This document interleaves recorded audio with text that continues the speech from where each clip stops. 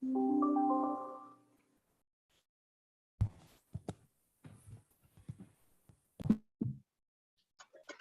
gone.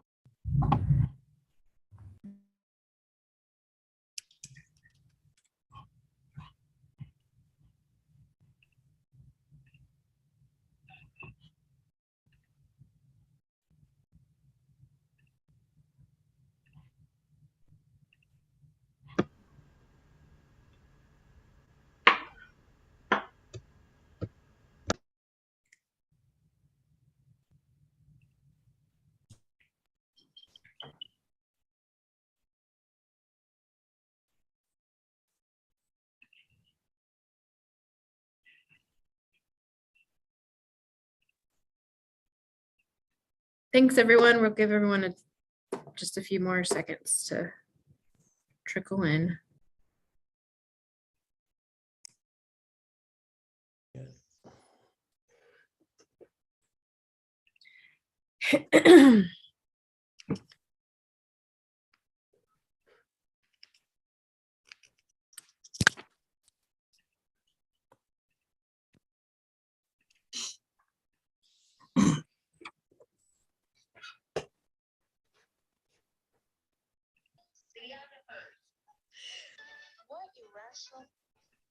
Welcome, everyone. Getting the streaming situation together. Reminder to board members, if you'll put yourself on camera.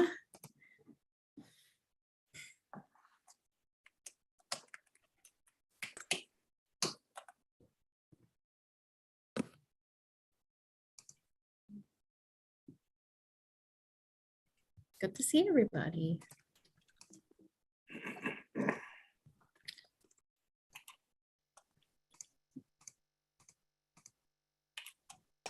Doing a quick check to see if we have a quorum and we'll get started.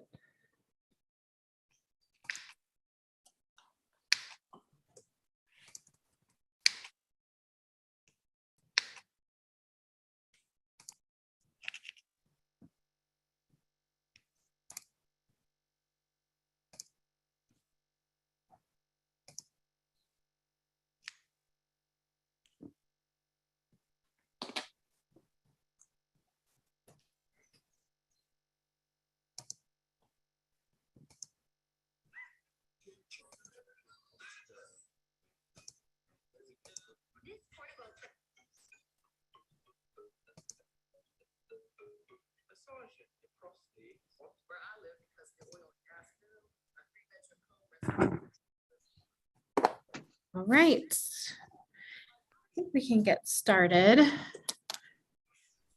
have Dr. Yuji Kim in the room with me, helping me move the PowerPoint forward. So could you move it to the first agenda item? Great. Welcome, everyone. Glad y'all are here today. We have a lot on our agenda, so we will get going. First call to order, I want to do a quick roll call to see who on the board is here today. Rodney Andrews. Are you on? Here. Great. Hi, Rodney. Celeste. Here. Great. Linda Rosca. Here. Kathy Horn. Thought I saw Kathy. I'm here. Great. Hi. Adam Leonard. Yep. Great. Sarah, I believe, is joining late, so she'll let us know when she's here. And Teresa Arabazo.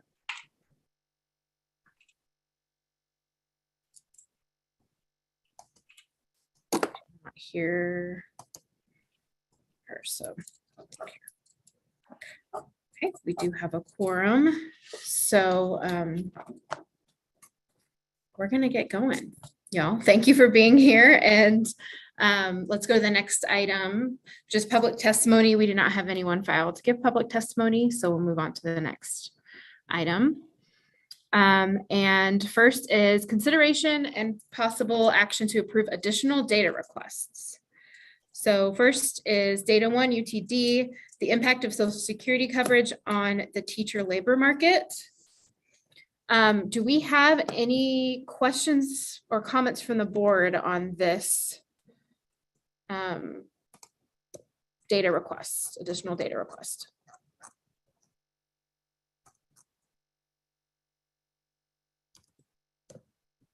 Right, hearing none. Do I have a motion for approval? I move to approve, Celeste. Kathy, I second. Great, all in favor? Aye. Aye. Any opposed? Motion passes. Thank you. Data 2, community college and the Great Recession evidence from Texas. Any questions or comments from the board on this one? I just had one comment. It's not, it's just that the data is really different than the original request. I just wondered if it relates well to the current questions, research questions. I had a similar question. So I wonder if any of the researchers are on that could I help. am here. Great. Yes, no, there's been no change in the research questions. In the written request, I should outline how everything relates to how I plan to use it for the current questions. Let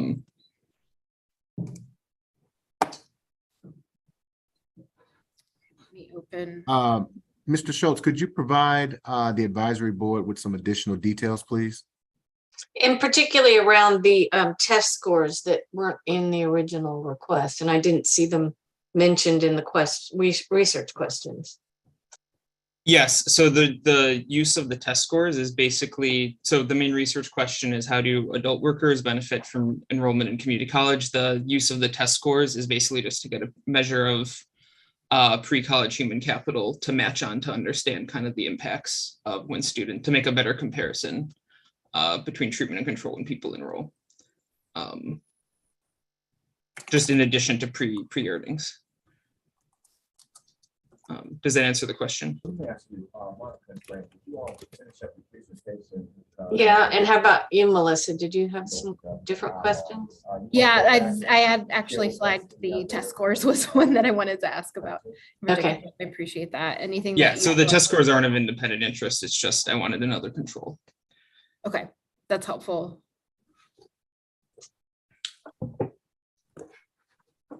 Anybody else have any questions or comments for the researcher? Any other concerns? I'm good, thank you. Great. All right, do I have a motion for approval? I move to approve, Celeste. Second,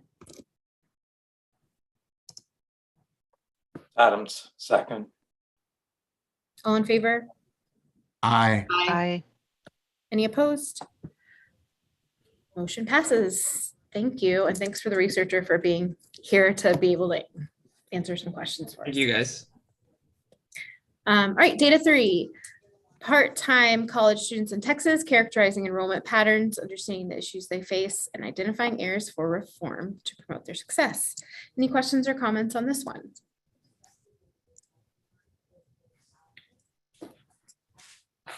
Right, hearing none. Do I have a motion for approval? Kathy, I move to approve. I'll second, Celeste. Great, all in favor? Aye. Aye. Any opposed? Motion passes. Thanks. Data 4, the effects of changes and resource outcomes for students in Texas. Any questions or comments on this one? They did some things that were a little bit revolutionary. They decided that they were going to focus on Black and Brown student excellence. Broad. So how do we do I think that? there might be somebody not on mute that Hiring, retention, maybe and could be on mute. uh, Can't tell from my, I'm that they are only trying to see if I can hiring mute them. So if you're not speaking, please mute. or are in support of Black and Brown. Your degree Great, I think we got that. All right, back to data 4. Any questions or comments on this request?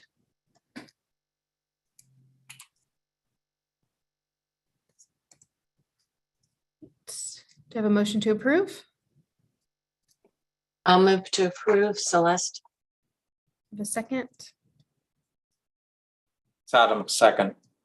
All in favor? Aye. Aye. Any opposed? Motion Oh. passes. Oh, sorry, did someone say something? Nope. Okay, motion I made passes. some noise, but it was not, I was not registering a whatever objection. Just making sure. Yep, thank you. Motion passes. Then, moving on to data 5, measuring the consequences of justice involvement. Questions or comments from the board on this one?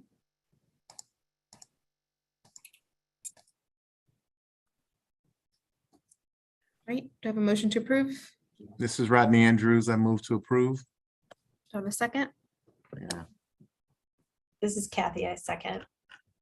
All in favor? Aye. Aye. Any opposed? Motion passes. Okay, data 6, Dana Center Mathematics Pathways, long-term follow-up study of an effective developmental math reform. Question or comments from the board?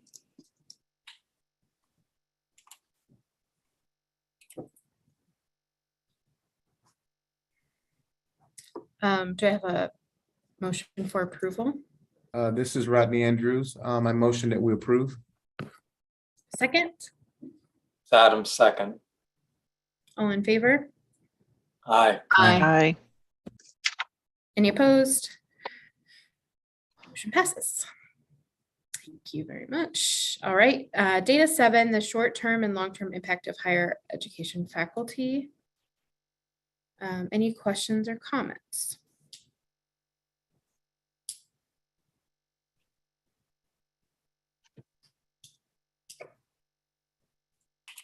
Do I have a motion for approval?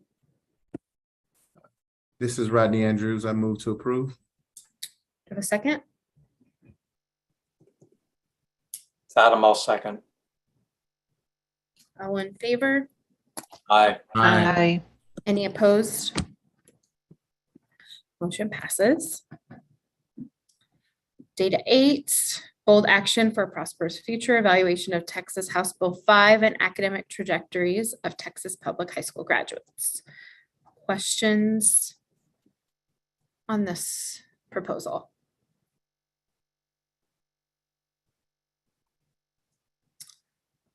Do I have motion for approval? I move to approve. Celeste. Second, This is Rodney Andrews. I second. all in favor? Aye. Aye. Any opposed? Motion passes. All right, next agenda item. Consideration to approve additional data requests and extensions. Data 9 and extension 1 towards greater accountability, a study of reading achievement among students with disabilities in elementary school. Questions or comments on this one? I did want to confirm, it looks like there's no additional data being requested. Is that correct? It's just an extension? Is that how others read it? Yeah, that's on us. That was just a mislabeling. Great. I think that's fine. Just wanted to make sure I didn't miss something. Yeah, thank you. Great. Any other questions, comments on this? Then do I have a motion to approve? I move to approve. Celeste. Second, Adam, second. all in favor? Aye. Aye. Any opposed? Motion passes. Next agenda item is extension requests. Right. We got through those first 15 minutes, pretty good. Guys. Next is extensions. So extension 2, addressing the needs of underprepared students in Texas and evaluation of co-requisite developmental ed reform. Any questions or comments from the board on this extension request? I had one, which just was that, the explanation given was that, well, essentially that we need more time because we'd always planned to do further research on this project. But then why, if that was always part of the plan, why wasn't that kind of laid out in the original proposal? And now we're doing an extension on what was originally approved, when that was supposedly the plan all along. I mean, I don't understand kind of, I guess, operationally why we would kind of do it that way as opposed to just including whatever the appropriate original period was as part of the original approval. So this is Toby Pargagan, the researcher. My understanding was we asked for the longest time permissible at the time of the initial request, and that we were told that we needed to just do this. So the policy is still being implemented. That was our plan, and that's why we did it this way. Okay.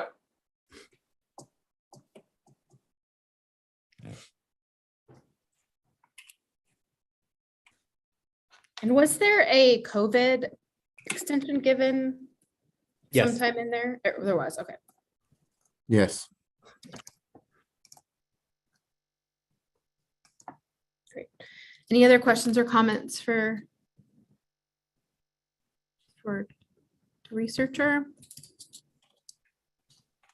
Do I have a motion to approve? This is Kathy. I move to approve. Do I have a second? Adam, second. All in favor? Aye. Aye. Any opposed? Right, motion passes. Thank you. Thank you, guys. Okay, extension 3, WIC, how do public health interventions impact educational outcomes? Any questions?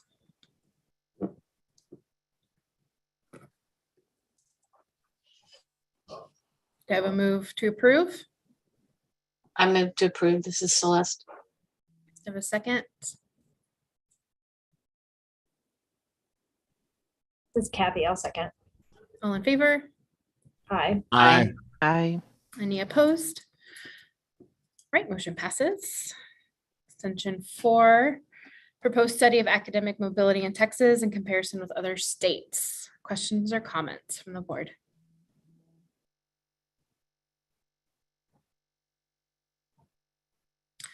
Motion to approve? I move to approve. Celeste. Second? Adam, second. All in favor? Aye. Aye. Aye. Any opposed? Motion passes. Extension 5, evaluation of a personalized learning program in Texas. Questions or comments from the board?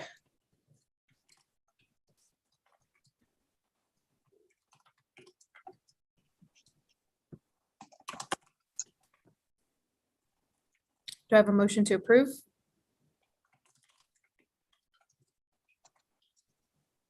I move to approve. Celeste. Second? Second, Kathy. All in favor? Aye. Aye. Aye. Any opposed? Motion passes. Extension 6, local labor market conditions and college major choice. Questions or comments?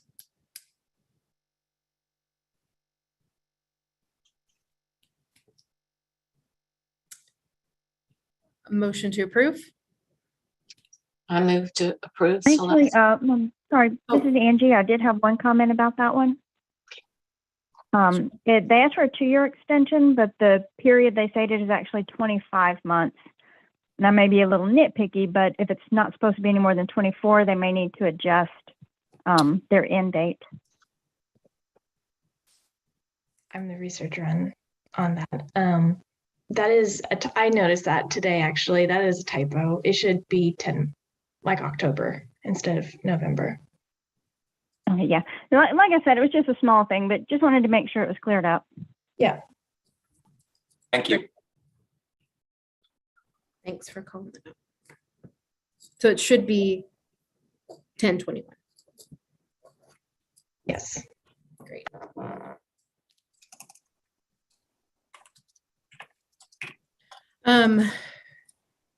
Motion to approve with that correction on the document. I move to approve with the date correction. Second, Second, Adam. all in favor? Aye. Aye. Any opposed? Motion passes. Extension 7, examining the enrollment of homeless youth in higher education. Questions or comments?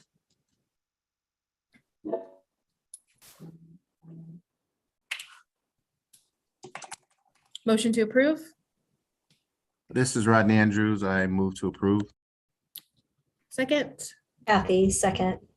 all in favor? Aye. Aye. Any opposed? Motion passes. Extension 8, reforming assessment into developmental ed and building the research base. Questions or comments?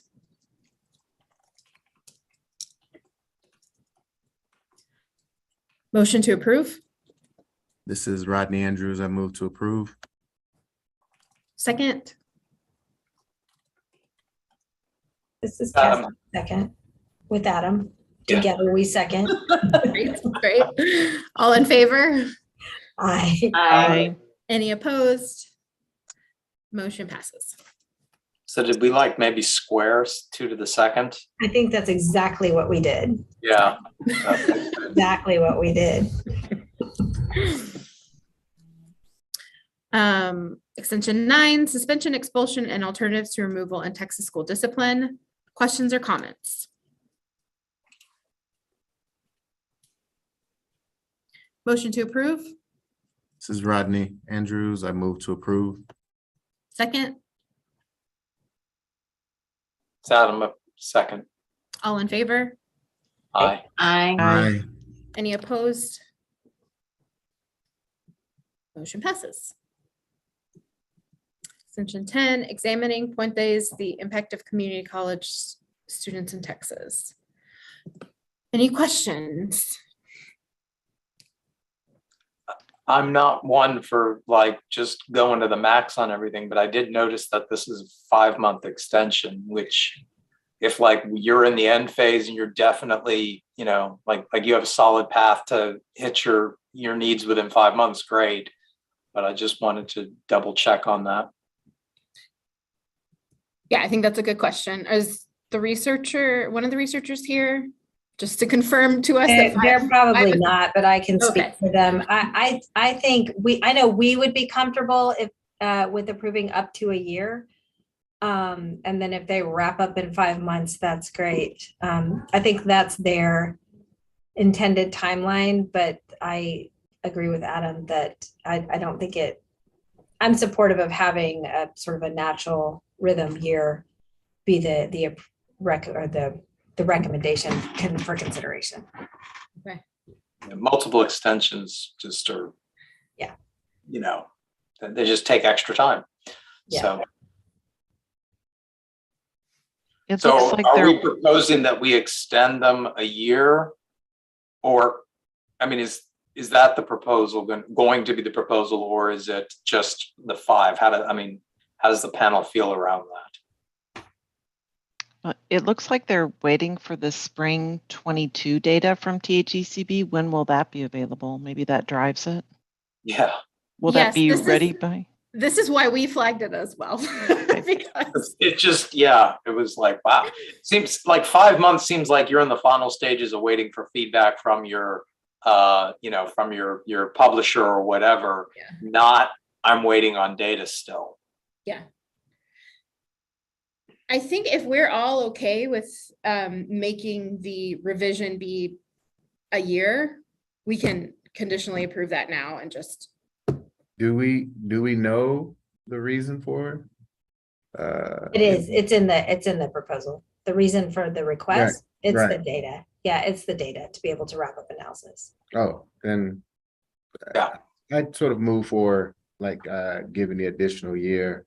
It avoids any complications if something comes up, and maybe hopefully that's sufficient time to allow for any inconveniences that occur. I agree. great. Support.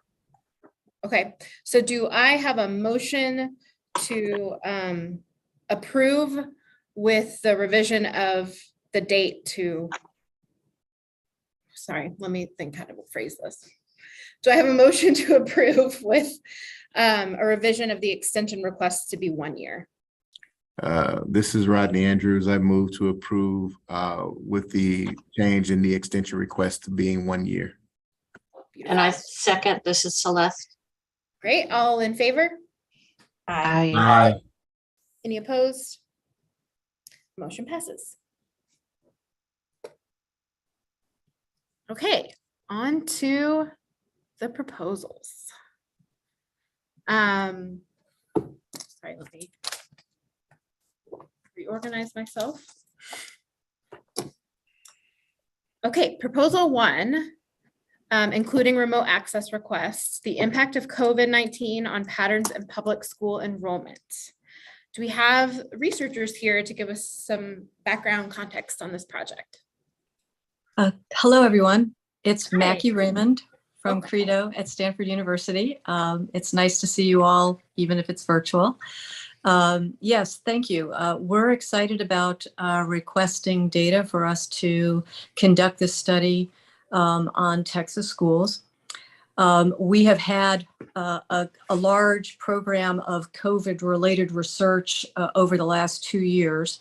And what we're trying to do with this study is to take a look at the degree to which the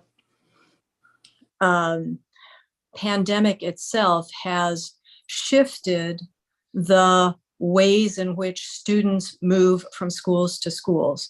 So we believe that there is a set of hypotheses included in our proposal that would shed light on how the mobility of students has been impacted relative to a baseline period before the pandemic. So in a nutshell, that's what we're looking to do here.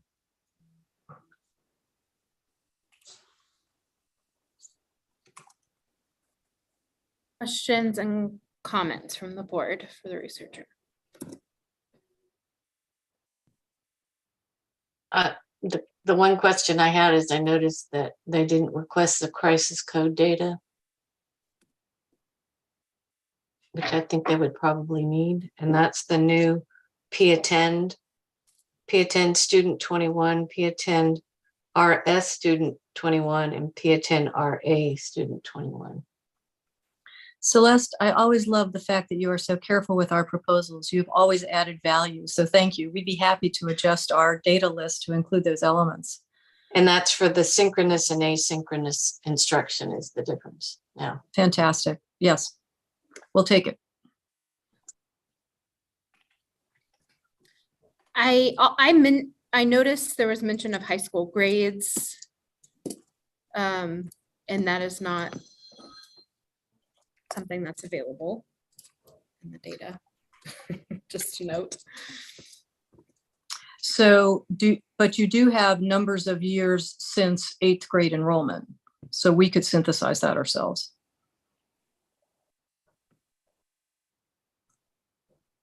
Can you explain what you mean by that?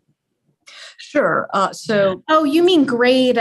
I'm sorry. I thought you meant high school course grades. So you mean grade they're enrolled in, like 9th through 11. Got it. Okay. Just wanted to make sure you weren't looking for something that wasn't there. Well, we'd like high school grades for courses too, but we know we can't have it. Right.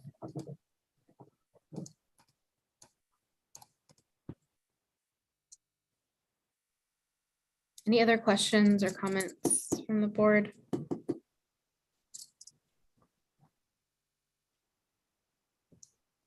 Right, do I have a motion to approve? I move to approve with the additional data request. This is Celeste. Thank you. Second, Adam second. Thank you. all in favor? Aye. Aye. Aye. Any opposed? Right, motion passes. Thank you, everyone. Moving to proposal 2, the effect of long-term teacher turnover on student achievement in Texas public schools. Do I have any researchers here to? Yes, hi. This is Arsalan Khalid. This is my proposal. It's nice to meet everyone. Good afternoon. Welcome. Yeah, so I'm a PhD student here at the University of Texas at Dallas. I'm doing a PhD in public policy and political economy. This proposal is part of my, will be part of my dissertation, which is being supervised by Dr. Rodney Andrews, and my advisor is Dr. Trey Miller. I'd just like to also thank them for their guidance and support throughout this proposal writing. So the proposal or the study proposes to analyze the links between teacher turnover on student achievement. Researchers have shown in the past that teachers are really important in, perhaps the most important in-school factor when it comes to student learning. And we also see that current research on teacher turnover shows kind of mixed results. And so the proposed research aims to fill this knowledge gap by considering various levels of teacher turnover and their relationship with student achievement. So I hope to answer questions like, what is the average effect of teacher turnover on student achievement? And what is the effect of, say, chronic turnover or high turnover or average turnover on student achievement? And does this effect differ by grade levels and across different socioeconomic status of students and schools? This research, I feel, is particularly significant for the state of Texas because, according to some indicators, teacher retention is more of a challenge in Texas compared to the rest of the country. While 8% of teachers leave the profession every year in the United States, in Texas, the year-to-year attrition of teachers hovers around 10% in the last decade. We also see that nearly 1 in 3 public school teachers in Texas quit before reaching their 6th year. So I feel that a better understanding of the impact of teacher turnover on student achievement will allow lawmakers, public policy practitioners, and educators to formulate more targeted remediation measures. For example, it may be more prudent to look at which schools have chronic turnover and address those first, as opposed, and then move to average turnover schools. The data that I've requested is particularly well suited for the question in this research, mainly because it has statewide longitudinal student level data from P through 16. This data would allow me to link students and ELA scores to student, class, school, and teacher characteristics. It would also be useful for this research. It's also useful that the Texas ERC has data on disciplinary actions against students, which could also be an important factor in explaining student achievement. The data would also allow me to track teacher movements across public schools, and the data would allow me to create analytic files with information on student demographics and prior year test scores and teacher turnover measures. And with the data that I've requested, I would also be able to look at long-term post-secondary outcomes associated with teacher turnover in P through 12. Thank you. Any questions or? Yeah, questions or comments from the board?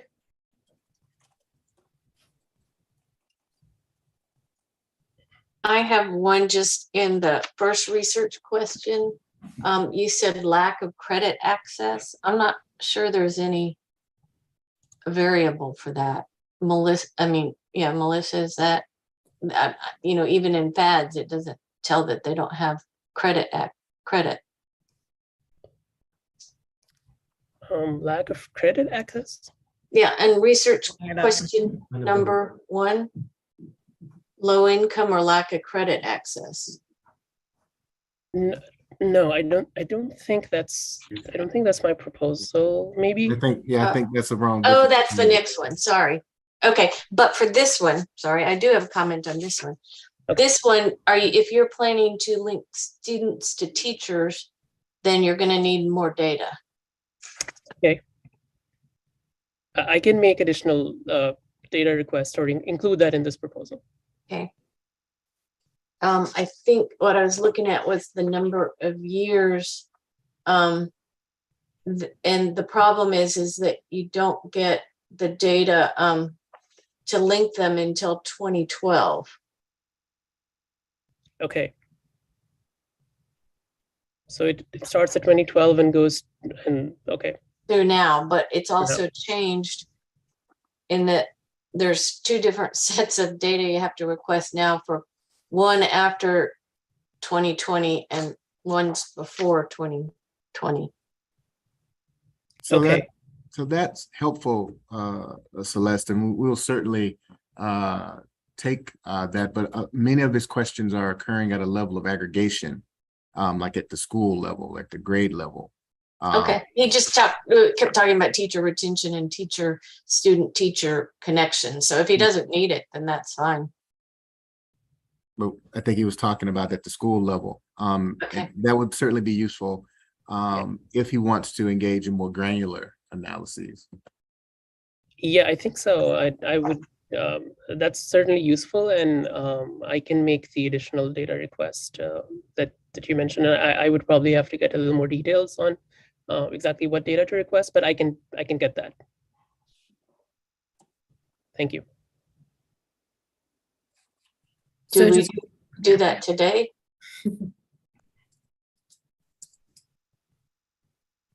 Do you want to request that today, or would you like to possibly come back with a data request after thinking about whether you need it or not? I think we'd move for a conditional approval with those additional data elements, where at a later date, Arjun will submit a modified proposal to take into account those recommendations made by Dr. Alexander. So we can either conditionally approve with the addition of those data sets right now, or if we need to reconsider it and put it back in front of the board, we would have to wait to have it resubmitted next time. So we can do I think we can do the conditional approval upon adding those data sets if the rest of the board is okay with that. That would be our preference.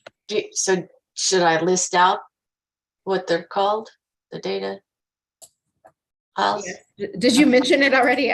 No, and again, it differs by, two different years, but so currently, I don't think he has course complete or the P class and the P student class enroll and P teacher class assign.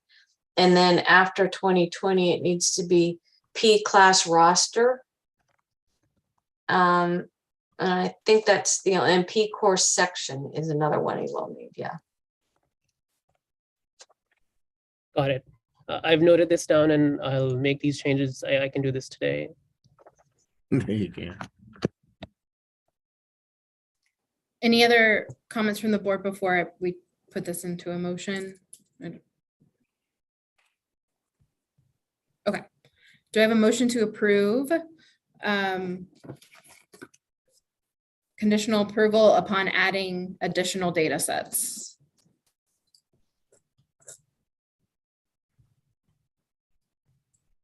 I move to approve, Celeste, with the additional data. Have a second? Adam, I'll second. All in favor? Aye. Aye. Any opposed? Right, motion passes. Thank you to the researcher. Everyone. Right, proposal 3, including remote access requests, examining sibling spillovers on short and long run outcomes. Do we have a researcher here to Yes, I'm here. Good afternoon, everyone. And my name is Jose Rosa, and I'm a economics graduate student at UC Merced. And first of all, I'd like to thank the committee for considering this proposal. And so the proposed study aims to quantify the potential spillover effects children and young adults receive from their special needs siblings. And so one fact is that over 80% of children grow up with a sibling, and this is likely one of the most important and most longest relationships they have in people's lives. However, when analyzing most of educational policies, we usually only study the targeted student and often ignore any spillover effects on their non-targeted siblings. And such is the case for considering policy in special education. And so given the time siblings spend with each other, any changes in special ed services could lead to changes in home inputs and may greatly impact their non-disabled siblings in the form of either academic achievement, college enrollment, and labor market outcomes. And to kind of answer this question, I plan to use two main approaches. So first, I would focus on whether monitoring special education delivery improves outcomes for the siblings of special needs students. And then second, I will focus on whether being more likely to be diagnosed with disability due to being too young for the kindergarten cutoff has any impact on the siblings of this special needs student. And so focusing on these two approaches together will provide a better or more complete picture of how special education delivery impacts the sibling student outcomes. And so it's my hope that this study will be able to benefit Texas public education. For most importantly, the result of this study can help policymakers determine how siblings affect each other's educational investments and provide a more complete picture of the determinants of academic achievement. And this could be useful for more effectively targeting school resources. And so specifically, for example, if siblings were very impacted by special education changes, schools can consider targeting additional resources for the siblings of special needs students through either form of increased mentoring, increased parent-teacher meetings, or closer monitoring in the classroom for these children to improve their outcomes when their special needs siblings have a change in their special education services. And so overall, the results of this study will quantify the results and provide more information for Texas policymakers. And I'm happy to answer any question. Thank you. Thank you. Let's open it up to the board for questions and comments.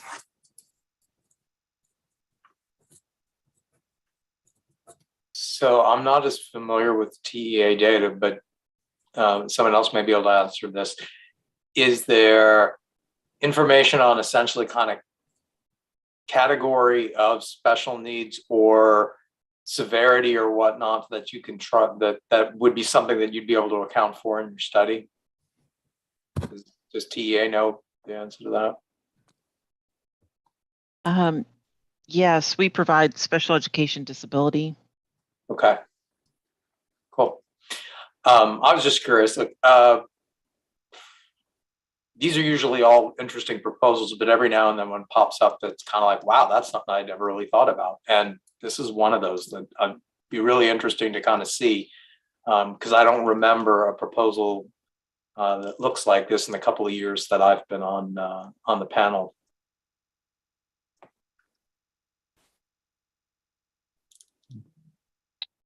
And I have a comment, not a positive one. It was impressive how you're going to use the Texas Birth Index, because I've had other researchers wondering how they can do the regression discontinuity at those cutoffs. So that was impressive, I thought.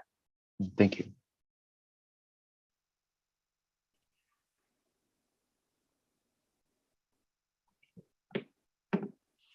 Any other questions or comments? One thing, and you can tell me if I just missed it, is we do need a statement stating you will not have access to the supplemental data while you are accessing the ERC data, the data that TEA will be matching from the birth records. Could you repeat that? Sorry. A statement that just says that you will not have access, or you will not be accessing the supplemental data at the same time as accessing the ERC data after it's merged. I think I think a statement would be fine. Okay. Yeah, thank you. Any other questions before we do a motion? Great. Do I have, oh, sorry, was someone going to say something? I was going to move to approve with the, conditional on the addition of the statement regarding not having simultaneous access to the supplemental data and the data they'll be working with within the ERC. Beautifully worded. Do I have a second? I'll second Celeste. All in favor? Aye. Aye. Aye. Any opposed? Right, motion passes. Thank you very much, everyone. Thank you. Okay, proposal 4, including remote access requests, spatial distribution with constraints, talent, college enrollment, and economic activity. Any researchers here to give us some context? So I'm here. My name is Woo-Kan Kim, and I'm from SMU. And I thank you so much for your time and consideration in advance. And to give you a little bit of background and the research question and then the objective, the barriers to college education for students are multifaceted. Family financial constraints, mobility costs, and institution-specific tuition and financial aid programs shape these barriers. And these barriers interactively affect student college enrollment and their future labor outcomes. So in addition to that, the extent to which, or of these costs can differ substantially by student characteristics and their interactions with their family, socioeconomic background, and institutional factors. So in this research, our research team proposes a theoretically tractable quantitative framework and apply it to the Texas ERC data to unpack the financial, institutional, and geographical barriers to college enrollment and characterize how they affect the Texas student population differently by their socioeconomic characteristics. Ultimately, what we hope to do is to quantify the consequences of these barriers in terms of individual earnings, social welfare, and inequality. I just want to highlight that our project is aligned with the state's goals laid out in 60 by 30 and its recent expansion building a talent-strong Texas to improve higher education attainment, enhance marketable skills, and reduce financial burden for students and their families in Texas. And on behalf of our research team, we have 2 other research members present here. We thank for your consideration again in advance, and we are happy to answer any questions you may have. Thank you. Questions or comments from the board? And Celeste, this is the one that mentioned credit access. Right. Yeah, no. Yeah, it was just on research question 1, there's a lack of credit access. And I'm not sure how you can figure that one out with the data we have.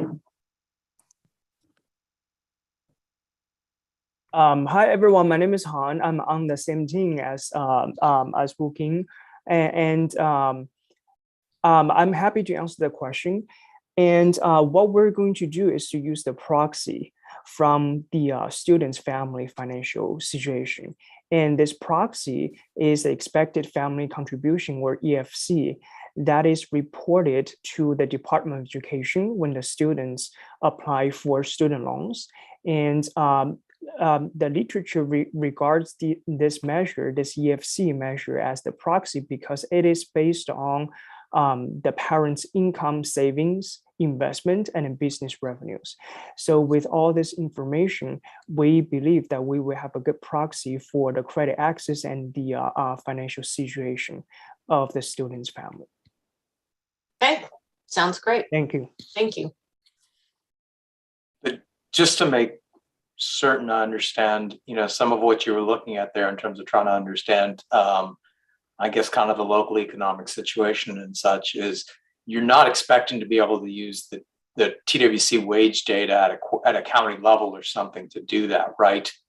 Because our data doesn't work that way. We don't get the data at a county level.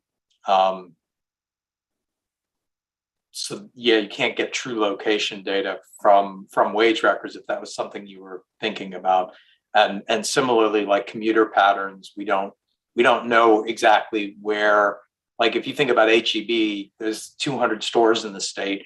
We get a record, not for each store, but for all the stores. So you find a person who's working, you have no idea whether they're working in, Dallas, Fort Worth, San Antonio, anywhere.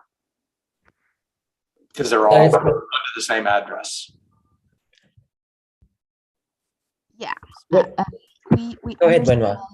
we understand some of those limitations, but our main focus was the mechanism of university distributing talents. So once we figure out how they sort students from different backgrounds, and then the outcome will use a variety of measures. And if we could get their location, maybe we'll look at location in particular, but then if we can look at their industries. We can look at like at aggregate level their location, and also we can look at different sectors. So there are different ways to look at the outcome. And then the main focus of our study is how university as the sort of the mechanism to distribute talents and students. So I don't know if that answered your question. Thanks. Okay. That's just something you usually hear us clarify on several proposals, because often folks will think the wage records do more than they do. So I just wanted to confirm. Thank you. You do have the sectors, you do have the industries, right? And then those will be very helpful for us too, because we're looking at concentration of study and how they sort the students into different paths. Yeah, no, the industry data is something that we essentially continuously update every 3 years. That's wonderful. Thanks.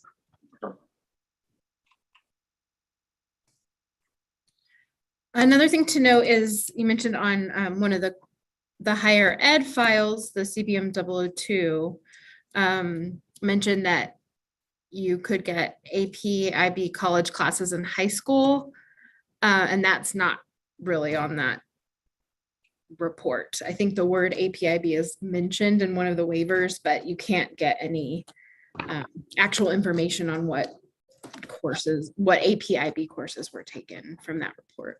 I see. So from that data, we are mainly looking for area of study that might be a good match for their college concentration. So it could be like a STEM focused or not, or something like that. And if AB and IB are not available, maybe we can look at some other test scores. So we're just, I think that whole piece include a lot of the information about measurement of the student performance, and then if we could find the connection or correlation, that would be helpful, and that's sufficient for us. You would need TEA data to get some of this, and currently you're just requesting the coordinating board data. Yeah, the 002, just to clarify, it's the college readiness report. So they report how the student was deemed college ready or not. So it's not really the same as just everyone's scores given. It's not the best use of, if you're looking for a control or something like that. I would say TEA information is. I see. But does it have the PSAT and ACT and SAT or TAKS? Not PSAT. It might have ACT, SAT on it if that is the manner through which the student was deemed college ready. Yeah, so I think that would actually be really helpful because they have the math and English and a few other subjects that might be able to help us. I would just I don't think it's a great way to identify like whether the student is necessarily has a higher achievement in a certain subject, because it's meant really just for college readiness measurement. And some of the highest performing students may not be, their scores may not be put in there. There's just because the reason for that report is not really just general score collection. So I would say if you want just general information on scores, possibly the 00B, which you might have already asked for. Yes, and or TEA data on like STAR or tax exam. Yeah, the STAR test ends at 8th grade, right? Or the well, there are a couple of tests in high school too, right? So yeah, I mean, if we absolutely need those data. And there are the endorsements that would tell you a STEM focus too.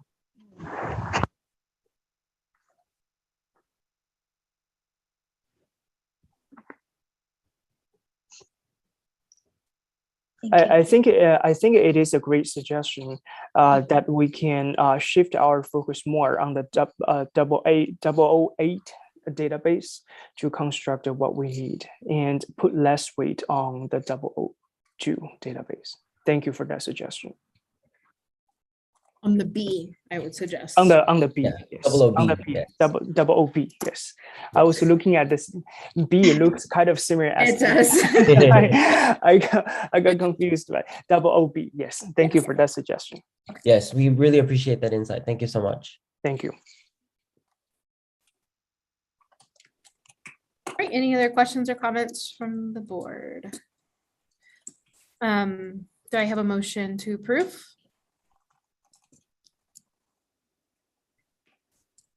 I have a motion to approve. I'll second Celeste. All in favor? Aye. Aye. Any opposed? All right, motion passes. Thank you to the researchers for being here Thank you today. very much. Okay, moving to proposal 5, including remote access, diversity in schools, immigrants, and the short run academic and long run outcomes of US born students. This is a resubmission of UTD 164 from last meeting. Do I have researchers on? Yes, hello everyone. My name is Brianna. Thank you so much for the opportunity to revise this proposal and read it again. My collaborators, Derek and Che, unfortunately can't make it today, so I'll do my best to answer any questions that you might have. Just to start off with a very brief summary, this project proposes to investigate 3 main research questions. First, we're asking what are the impacts of having a higher share of immigrant peers on a wide range of US-born students' short and long-run outcomes. Secondly, we'd like to explore whether the spillover effects of immigrant peers differ by the types of English language acquisition programs being offered, which serve as a critical resource for newly arrived immigrant students. For instance, we're interested in exploring whether offering bilingual education or monitoring ESL programs have spillovers on US-born students who do not participate in ELL. Thirdly, and more descriptively, we'll be interested in investigating whether these spillover effects differ based on different school characteristics, such as student-teacher ratios and per pupil spendings. This will help understand how school resource allocation is affecting the relationship between immigrants and their US-born peers. We hope that our study will be able to benefit Texas public education. Importantly, the immigrant population in Texas has increased dramatically in recent years, and we're currently not aware of any studies that have looked at the spillover effects of this increase in immigration in Texas public schools specifically. In addition, we hope that our study will be able to shed light on how school resources and programs aimed to help immigrant students may have spillover effects on their US-born peers. Accounting for these spillover effects can help determine the costs and benefits of these programs and guide future policy in discussions about how to best integrate immigrant students into the classroom. So thank you very much, and any questions you have, I'm happy to answer them. Thank you. Questions or comments from the board?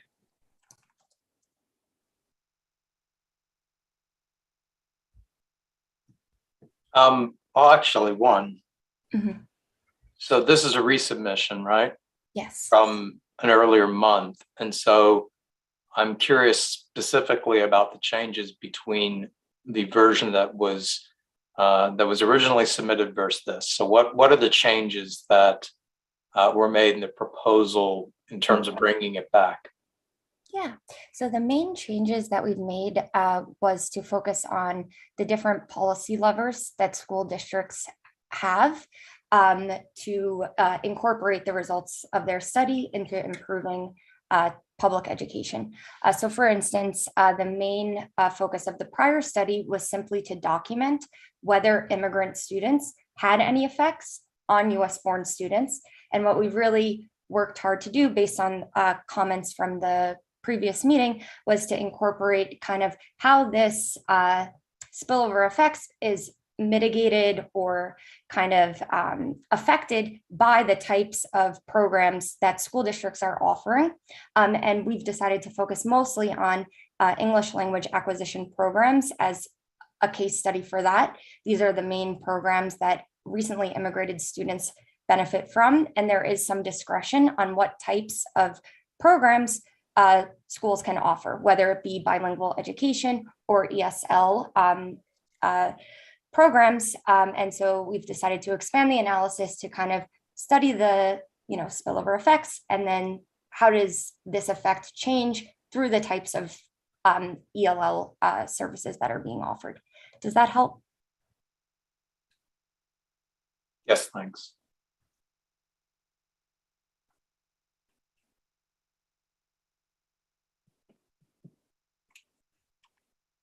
Thank you. Any other questions from the board?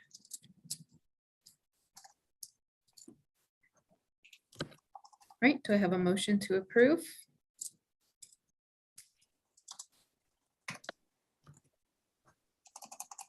Let's have a motion to approve. Do I have a I'll second? second. Celeste. Okay, all in favor? Aye. Aye. Any opposed?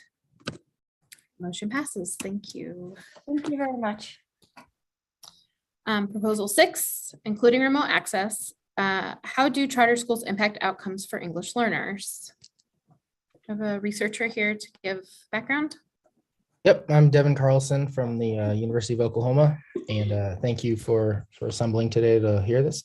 So this project's motivated by the reality that the English learner population has grown pretty significantly, both in Texas and in the nation as a whole, with a fair amount of that, an outside portion of that growth occurring in the charter sector. And so the study is really intended to understand how the characteristics, experiences, and outcomes of English learners differ across those two sectors. So really, it's going to proceed in 3 stages empirically, with the first one devoted to comparing ELs enrolled in charter schools to their peers in traditional public schools, and assessing the similarities and differences in terms of home language, baseline English proficiency, content area achievement. The second portion of the project will assess whether, conditional on observed differences, ELs in the two sectors exhibit different outcomes in terms of achievement, attendance, high school graduation, post-secondary enrollment, and even all the way to post-high school employment and earnings. And then finally, the project will examine the extent to which school policies or structures might mediate or moderate some of those differences that might be observed in the second stage of the project. Great, thank you. Questions or comments from the board for the researcher?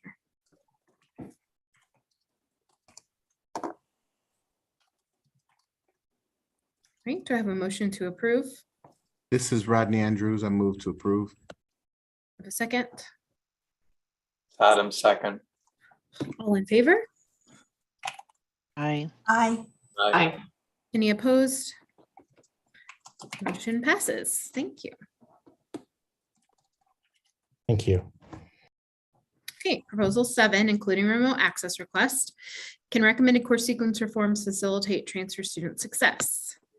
Do we have a brief description of the project? Yes, can everyone hear me okay? Yes. Great, I've been having weird audio issues, so if there are any, please let me know. Thank you all for being here. This is a project with my collaborator, Lauren Schutte, looking at recommended course sequence reforms. As many of you are aware, transfer is a pretty integral part of higher education for many students. Data in Texas shows upwards of 75% of baccalaureate recipients attend a community college at least some point in their higher education journey. But research in national studies, as well as other state contexts, shows that many students lose lots of credits at the time of transfer. And yet we haven't been able to really investigate that deeply within Texas due to various data limitations. But Senate Bill 25, passed in 2019, required that all higher education institutions in the state provide the Higher Education Coordinating Board with data on recommended course sequences. So for the first time, we'll really be able to see what are all the courses that students are taking at the community college or prior to transfer, and how do those courses actually transfer and apply to the specific programs and majors at their receiving institution. So the first phase of this project will really be doing foundational research with the ERC, where we will link the recommended course sequence data with the student level data in the ERC to examine the magnitudes of credit loss, the causes of credit loss, as well as the relationship between credit loss and students' long-term higher education outcomes.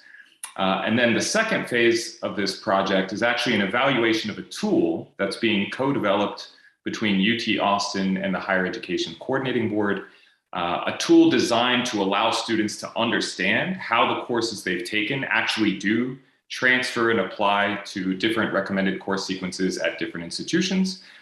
We hope to do a pilot evaluation of that tool starting next fall. And then we would be able to examine the efficacy of that tool on student outcomes. I'll just say we have funding from the Greater Texas Foundation for 2 years. We would likely need additional funding to look at the longer term outcomes when we're evaluating that tool. So if all goes well with the research over the next 2 years, Lauren Schutte and I would be applying for longer term follow-up studies and grants to support that long-term research. We would likely come back for an extension request in order to look at those long-term outcomes, but it's a 2-year request because that's the current project and what we have funding for. So I just wanted to clarify that. So thank you all. I also just have to give a shout out to Melissa, because without her team's support and collaboration, this research could not be possible. So thank you, Melissa, for being an awesome collaborator. Yeah, thanks. Let me know if you have any questions. Matt, any questions or comments from the board? I had a question on the TEA data being requested, Matt. I didn't see it mentioned how it would be used in the proposal. I might have missed it. So if you could point that out to me. Sure. I think the primary way it would be used is just to control for characteristics of students while they're in high school. So looking at things like how students prior demographic characteristics, when they graduated from high school, their academic achievement, how those things might influence their long-term higher education outcomes, such as their persistence, their baccalaureate attainment, and so forth. So if we want to isolate the relationship between credit loss and things like persistence and attainment in higher education, we would also want to control for students' background characteristics that the prior research has shown explain students' college outcomes as well. So things like the rigor of the curriculum they completed in high school, their test scores in high school, those things would strongly predict college persistence and attainment. So we'd want to control for those things, as well as like the school students graduated from and so forth in our statistical models. Thanks. I think in terms of justifying the request, that's important information to have. So thank you. Okay. Sure.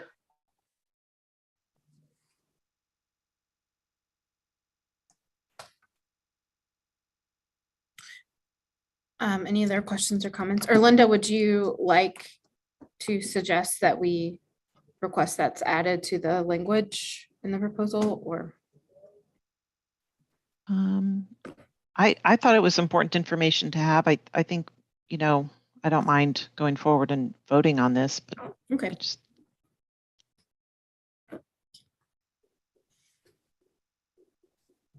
Questions or comments? Do you have a motion to approve? This is Sarah Arisby. I motion to approve. A second? Adam, my second. All in favor? Aye. Aye. Any opposed? Motion passes. Thank you. Thank you all. Proposal 8, including remote access request, air pollution and student learning. Do we have a researcher here to discuss with us. Hi, I'm Mike. Thank you Hi. so much for considering this request. So this is kind of a project that, is on a big question, which is what's the effect of air quality on student performance? And this is obviously a research question that's, especially of late, a lot of researchers have been tackling. So we're kind of trying to bring 3 new features into this classic question. So the first feature is we have what we think is much better data on measurements of air quality, especially at a pretty hyper-local level, by the fact that we actually have data from a company that gives air quality measurements for thousands of basically personal air monitors across the US. So these are air monitors you can actually yourself go purchase. And if you purchase and install it on your house, it'll give you an air monitor reading, and it's also uploaded to the company. So we are fairly excited about having kind of this much more granular data on local air quality levels, which we're going to link to the nearby schools and to student test performances. And the second kind of advance here is we both want to focus on what's the effect of air quality on students' performance, both on the date that the student is taking the test and more gradually over kind of what's the effect of the air pollution over the course of the year. A lot of papers have focused on one or the other, but we don't know of any work that currently has done both at the same time. And Texas is an excellent, great place to look at this, since there's, for each test, there's kind of one day where the students take the test. And then finally, we want to link these effects of air quality on student performance to some characteristics of the schools that the students are actually in, with some recent research that's being especially kind of inspiring to us, looking at kind of the effects of air filters, for instance, on student test scores. So we would like to kind of link things like building age on student performance. Thank you very much. And please let me know if you have any questions. I found this to be an interesting thing, the purple sensor concept and using that data. I noted you said that I think 50% of the elementary schools within the United States are within some reasonable distance of those sensors. I'm curious if you have a sense of what that looks like in Texas, and whether you're going to have geographic diversity, so that it's not just in the more populated parts of the state, but you're going to be able to get good information in rural parts of the state to be able to perhaps see the differences that might be related to not just environmental, but geographic and socioeconomic in different parts of the state. Yeah, that's a great question. And Angela, if you want to jump in, if I say anything incorrectly, please do. Angela's the co-author on the study. So I'll say the sensors do tend to be more located in urban areas. So especially in major cities, we do tend to have a lot more. But we do still have coverage in more rural areas of the state. I would say my guess would be our sample will end up being much more skewed urban. I'd have to go kind of take a look at the exact matching numbers, which I don't have offhand. As I recall, in terms of number of schools, we had in our proposal somewhere. I don't want to go search for it right now. It was, I believe, we had somewhere around, I think 300 schools within 1 mile of one of these air sensors, but don't quote me on that exact number. So one thing I didn't pick up when I read it originally was, that this is, and I'm not saying this in a pejorative way, but it's a consumer, available device, right? So individuals can choose to buy it, to monitor. Is it an internal? Do you put it in your house or outside your house? Because if it's in your house, how do you separate out someone who lives in a house that's got, is older and has toxins in the air that have nothing to do with the surrounding environment? So that's a great question. Luckily, the data we get actually states whether the air filter is indoor versus outdoor. Okay. And a lot of that just comes down to the sensor also records things like temperature. And so it's pretty easy to figure out if it's indoor, if the temperature is always. That's a good point. Yes. More More broadly, we will need to do data quality checks on these sensors. For instance, one concern might be you put a sensor next to your barbecue and you're barbecuing, suddenly we're going to get terrible readings. So we certainly will be looking for outliers in terms of both other sensor readings in that area and also readings from the EPA air monitors in that area.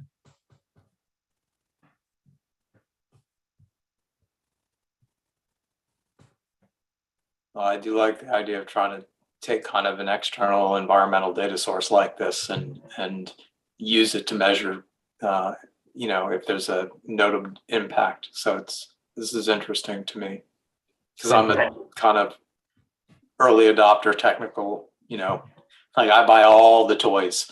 So it's like, ooh, purple air sensor. I got to learn more about that. Well, if you buy it, you'll be in our data. Yeah. In the future. I am within, 4 blocks of a school.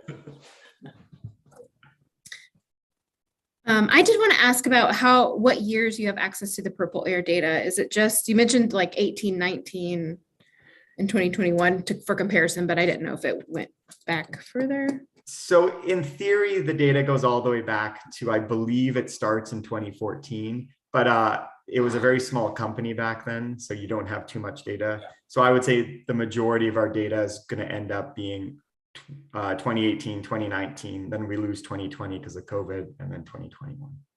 Okay.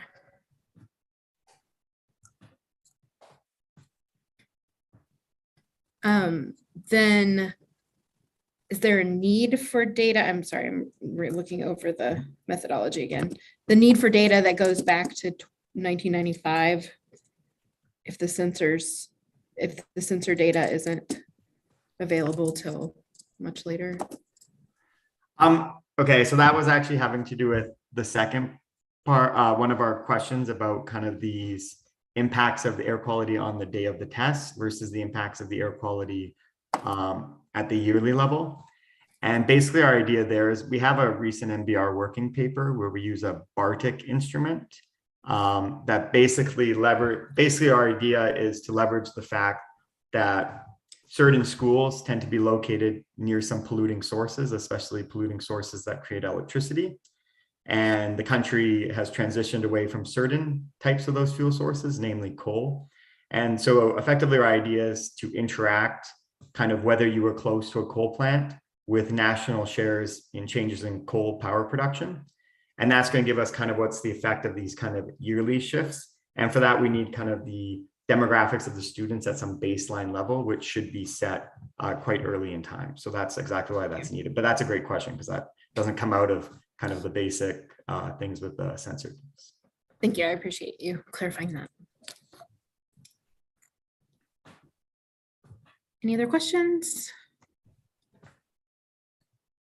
Right, do I have a motion to approve? It's Adam, motion to approve. Have a second? This is Rodney Andrews, a second. All in favor? Aye. Aye. Any opposed? Motion passes. Thank you, Mike. And just to state it aside, Mike, there's another proposal later on that references you. Oh, yeah, I saw it on the program. I'm going to stick around to hear what they have to say because I was curious about it. Yeah. Yeah, lots of good work happening around pollution. Yeah, education. It's like, what do we have? Like 3 things where pollution is a proposal. So it's time for study, I guess. Yeah. It's interesting. Yep. All right, moving to proposal 9, including remote access requests, understanding the short and long-term effects of exposure to industrial waste and toxic pollution. Do you have the researcher here to give some background? Yes, this is Margarita Petrusevich. Okay. And this is joint work with another student at UT Austin, which is Nicole Stedman. We are both students in economics department at UT Austin. Basically the purpose of this project is to analyze the effects of childhood exposure to industrial waste and toxic pollution on short and long-term educational and labor market outcomes. So it's a matter of fact that large proportion of the United States population is exposed to toxic pollution, and in particular, more than 20 million of people in the United States live within 1 mile of highly polluted sites, so-called Superfund sites. And in addition, almost 20% of the United States population lives within 1 mile of the site that actively emits pollutants. However, despite the risk of exposure to harmful chemicals, there is limited causal evidence on how proximity to these sites influences the individual outcomes. So to conduct our analysis of the effects of childhood exposure to industrial waste and toxic pollution, We will collect a number of data from public sources on the exact locations of toxic waste sites and pollution characteristics. We'll then merge this pollution data to the Texas ERC database and generate measures of proximity to these sites by calculating distances between schools and the locations of the toxic waste sites. And in terms of methodology for our project, we'll use a number of applied microeconomic research techniques.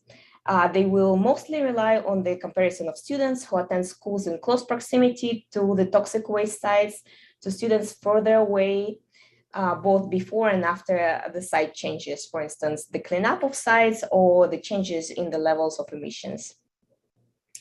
So although our findings will be especially important for Texas, given there are major sources of toxic waste and industrial pollution in Texas, and many of the sources are in or near highly polluted metropolitan areas, these findings will be also relevant to in a broader context, since these toxic sites are very common around the entire country. So that's mostly about the background. Let me know if you have any questions on this proposal.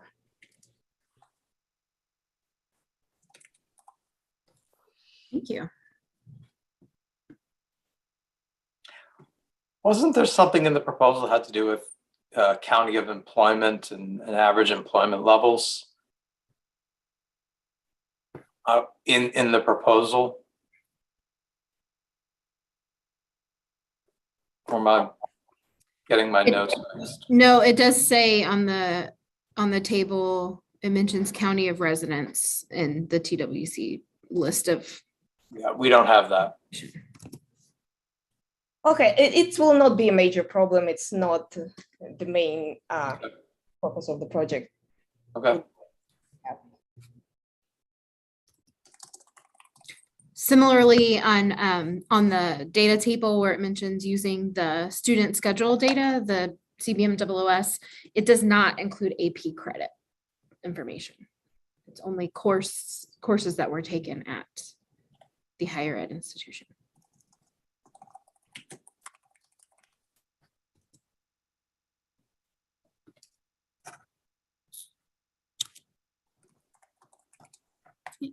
Any other questions or comments for the researcher? All right, do I have a motion to approve?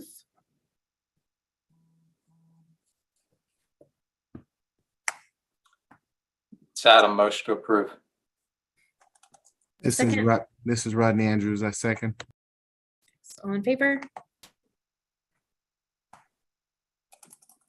Aye. Oh, aye. Aye. Any opposed? All right, motion passes. Thank you. Thank you so much. Proposal 10, including remote access requests, the effects of remote learning during COVID-19 pandemic on student mental health. We have a researcher here to discuss this. Yes, hi, this is Troy Quast at University of South Florida. Hi, welcome. Hi, thank you. Thanks for everyone for your time. I'm a professor of economics, formerly at Sam Houston State for 7 or 8 years. Yes, I do miss Tex-Mex. So my project is looking at the effects of the title states on the educational disruptions on mental health. There's lots of anecdotal evidence, a lot of early evidence showing that there have been pretty significant mental health effects on students following the pandemic. And there's actually been a call for proposals from the National Institutes of Health looking for project proposals looking at the relationship between education disruptions and health. And so our idea was to look at the extent to which students were educated online versus remote or versus in person, and look at the correlation between that, the extent of that education and later mental health events. And we're using as our proxy for mental health disciplinary outcomes. So looking not only at all disciplinary outcomes, but also types of disciplinary outcomes. And we're looking at both, the project calls for initial analysis, looking at county level, or I'm sorry, district level data, which is not really involves the ERC data, but then the next round of analyses involves student level data, which takes advantage of that crisis code data that Dr. Anderson mentioned earlier. Again, the idea is to look at the amount of time the students were online in specifically 2021 and look at later incidence rates of disciplinary events for those students. And then we're going to also look at external factors, including local economic effects. Again, these data will not be coming from ERC. Local economic conditions, rurality of the location, and things along those lines. And again, thanks for your time. I'm happy to answer any questions or concerns you may have. Thank you. Any questions or comments? Yes, so my notes on this were essentially that you are going to be using like office referrals as a proxy for something indicating that, there are mental health, behavioral, issues going on there, right? And from what you just said, you were going to be looking at like how much time they spent online in 21 versus, and I guess you're comparing the 21 with what happens in 22 and beyond. Is that what I understood? Yes, and also, but looking at baseline levels prior to 2020. So if a student, okay, good. That's what I wanted to make sure of, was because it's like, the pandemic changed a lot for a lot of people. And I don't think that,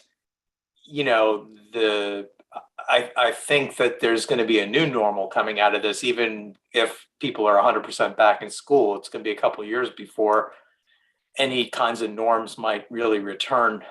So I'm just glad you're looking at kind of the before, the during, and then the after. Yes, and also a comparison. So essentially our control group would be students who had relatively less time online, and so that would be some measure to hopefully get at that aspect that you're mentioning. Thanks.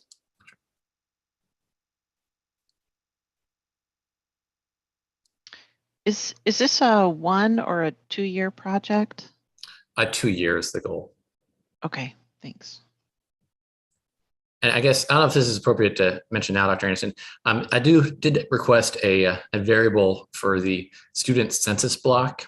The hope there was to use that as an instrumental variable.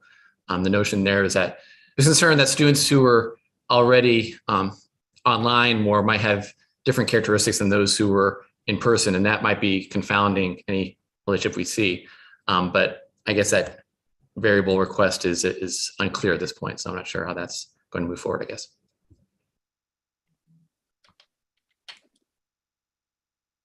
TEA Legal had ruled on that, and we had provided that answer to Celeste. And Celeste, I thought you had provided that answer to the researcher.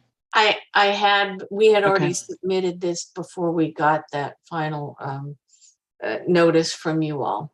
Okay, so I don't think there's a question about that then. Okay.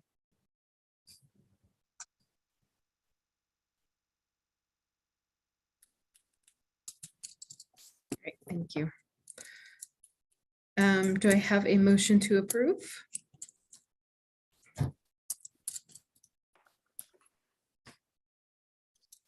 Sad, my motion to approve. Do I have a second? This is Rodney Andrews, I second. All in favor? Aye. Aye. Aye. Any opposed? Motion passes. Thank you. Thank you. Sorry, muted myself. Proposal 11, including remote access requests, understanding and bridging systemic gaps in student learning and outcomes. We have someone to give some background. Yes, good afternoon. Thank you everyone for gathering today. My name is Stephen Lee, and together with my collaborator, Matthew Schelling, who's on the call today, we are third-year PhD students at Brown University. So the proposal that we submitted today is about understanding and bridging student gaps in achievement across race, ethnicity, socioeconomic status, and urbanicity. So our goal is to explore the nature of these systematic performance differences across student learning and outcomes. So we like to divide our efforts into analyzing two important areas. So the first is how these gaps are measured. So our focus here is looking at standardized testing assessments used by Texas schools and considering the extent to which these tests measure demographic and socioeconomic background rather than essential knowledge and skills. So our efforts will rely on machine learning methods to analyze the raw text of standardized test passages, and then generating a measure of the relatability of the passage text to each demographic group. And then we can test whether this measure is predictive of performance on the test itself. So the second area of inquiry is how gaps can be impacted by differential resourcing. So here it's appropriate to analyze things at 3 different levels, in our opinion. So the classroom, the school, and the place or neighborhood. And our plan is to use research methodology appropriate for study at each of these levels. So to give an example, for studying differential resourcing at the classroom level, we want to place particular emphasis on the ways in which students and teachers are assigned to one another. So in order to do so, we can consider one teacher's retirement or exit as an event, which requires a reallocation decision on the part of the school, and compare student, teacher, and school outcomes before and after this event. So our belief is that the results of our research efforts are beneficial for a variety of stakeholders seeking to improve education in the state of Texas, whether that be for student assessment administrators at the TEA or for local elected officials. Finally, of course, we are grateful to the ERC for their time in considering our proposal, and we welcome any questions from the board. Thank you. Any questions or comments for Stephen?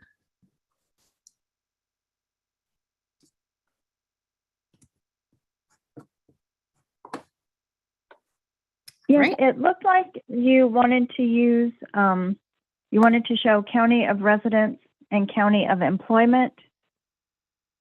And as long as you're using the UI wage data files, you can't get the county information from that. It's not accurate for what you're trying to show. I think that I'm not sure we asked for we need the county residence information. I think we are mostly interested in student locations, which we can just infer from the school or the district that they're in. So we actually don't need the county level UI. Well, it's not possible, but we don't actually need that variable. Okay, good. Just wanted to make that clarification. Thank you so much.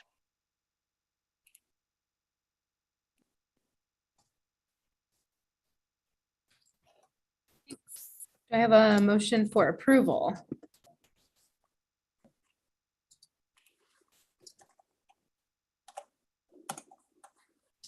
This is Kathy. I move to approve. Do you have a second? Adam, second. All in favor? Aye. Aye. Aye. Opposed? Okay, motion passes. Thank you. And I had a request to move proposal 12 to the end. So that's why we will return to that in a moment. Proposal 13, including remote access requests, sub-associate workforce education, advancing economic mobility, or effectively maintaining inequality. Do you have a researcher here to? Yes, this is Garrett Groves. I'm here Hi, for the- welcome. My name is Garrett Groves. I'm a PhD candidate at the University of Texas. I'm also a senior administrator at Austin Community College. The study is going to be part of my dissertation. I'm a 4th-year PhD candidate. And it's to explore the degree to which workforce programs at community colleges advance economic mobility for low-income and underrepresented students. To do that, I'm going to propose running various statistical models looking at how wages change after enrollment in credit and non-credit programs, and specifically how that effect is moderated by demographic variables, specifically race, gender, and age.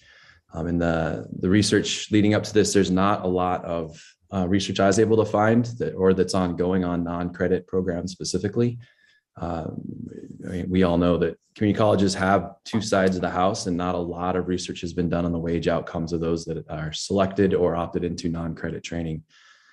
So for this study, I'll need to get access to a lot of the coordinating board's information on student enrollment that has demographic variables, also SIP codes or program major to understand which workforce program students are enrolled in, information on credit receipt, occupational skill awards, and attendance, and then to merge that with the employment wage records so that I can do a pre and after enrollment study on those wage changes disaggregated.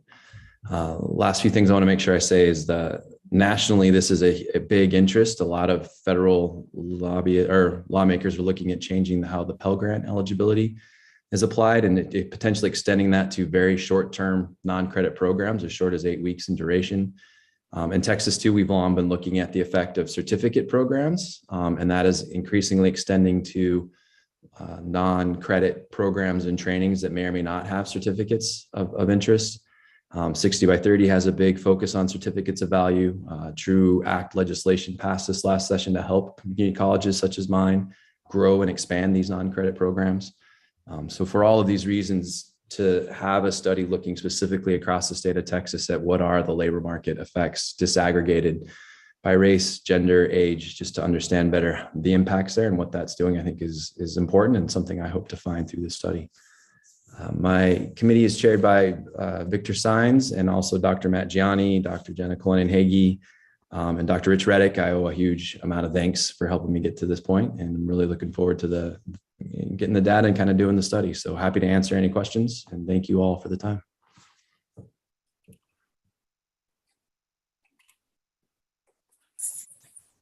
Questions or comments from the board? I think we're going to be really interested in the findings here. The only thing is I'm assuming when you say non-credit courses, you're basically talking about the difference between credit hour courses and contact hour courses, yes? Yes, and also defined, I use non-credit because it was clear when I was writing it up, but continuing education, and that's how it's okay. Yeah, it's the continuing education courses. Okay, that's slightly different. I was thinking about, some of the occupational training that you measure in contact hours as opposed to, semesters or credit hours and that kind of thing. And the reason I was asking is because I know that there are some limitations on the data for people who are enrolled in credit hour programs, that CoBoard gets that on some of the longer credit hour programs, but not on some of the much shorter ones. So got it. But those are things that we'd be interested in seeing what you find. Yeah, me too. And our institution as well is very interested in kind of the aggregated findings and what that is. So much effort's going into work we're doing, and I know our peers are doing. So yeah. Do you need access to on the coordinating board data for all sectors or just community college or CTC data? It's not. So yeah, I was going to scope this and focus just on community colleges to start with the 50 that are there and the data collection that's more uniform. I wasn't going to extend to Texas State Technical College or any of the other. Or universities or HRIs. Nope. I was going to stay just at, and mainly it's because individual students, that there's a very much tighter decision point between enrolling in a non-credit or credit program. For instance, at my institution, we offer welding programs of similar modalities, but they're offered in a very different way, and students make a choice there that I think would be easier to build in future research to look at that decision point. In fact, I've got co-researchers looking at that sort of in a qualitative way. I was not yet backing up. There's a lot of work to continue to expand this all the way to selection of institution. But here I'm looking at students have found their institution. Now they're choosing which modality to look at. And that decision I don't think is well understood. And I want to start with understanding the labor market outcomes of those decisions. Right, that's helpful. I do think in the data table request, it's not specified what sectors are requested for the CBM data, and the files themselves are separated out. So I think that needs to be added if you're requesting for the community colleges. Happy to do that. Files. But I also want to echo Adam's sentiments that I'm really curious to see what you find, because there's a lot of discussion about these things right now. Any other questions or comments?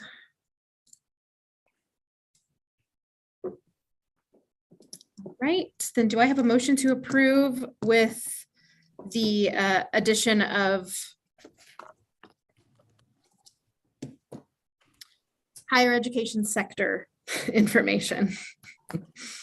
This is Rodney Andrews. I move to approve remote access and the project with the addition of higher education sector data.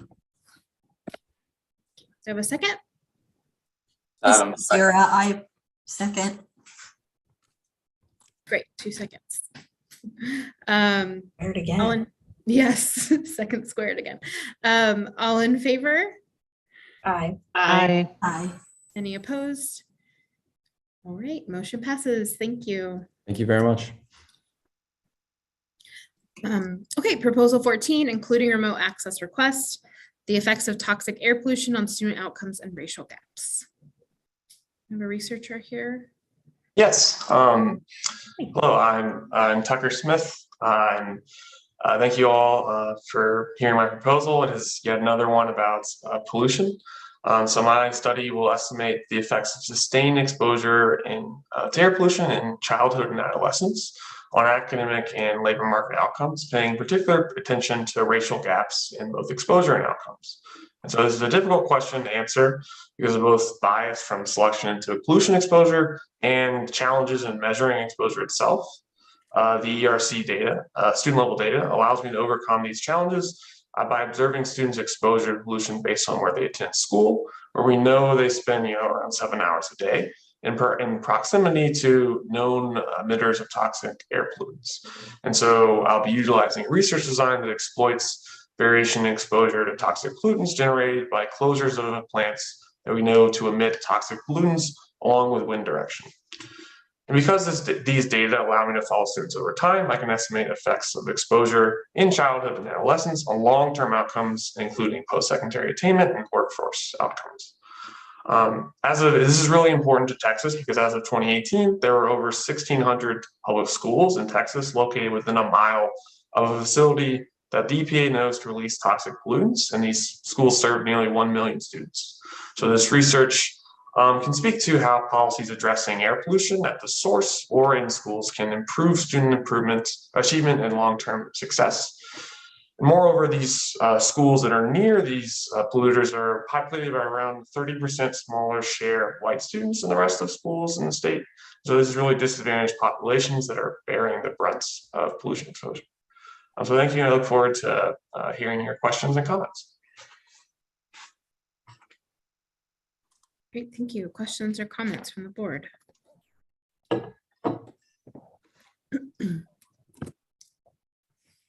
Yes, I just wanted a clarification for research question 5. You said that you're going to look at achievement gaps between advantaged and disadvantaged student groups, but I wasn't sure exactly what your definition for advantaged and disadvantaged was for in this context. That's a good point. So I just meant that as sort of generalizable, but basically comprising of race and then eligibility for free or reduced price lunch. Yeah, I was curious if you were maybe going to look at students who lived, because I know you have a treatment and a control group, if advantaged may be they lived in a less polluted area, disadvantaged more polluted, or if it would be other characteristics like you explained.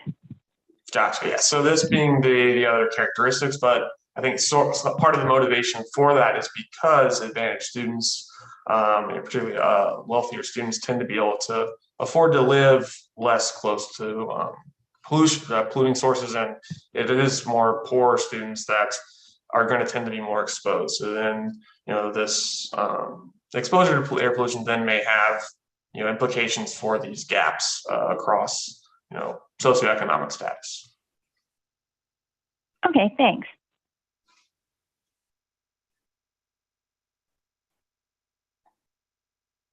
One thing I suggest is you do mention graduation, higher ed graduation as an outcome, but not requested the file that information is on. So I would suggest adding the CBM 009 to your request.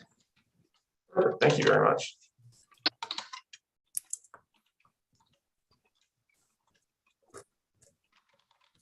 It looks like you're planning to link students to teachers, and looks like you have all the files unless you want the more recent ones. You'll need to add the class roster data. Okay, great. Thank you. I can't remember. Gotcha. Yes, I forgot about the teacher side. It's the newest one. Right. Perfect. Thank you.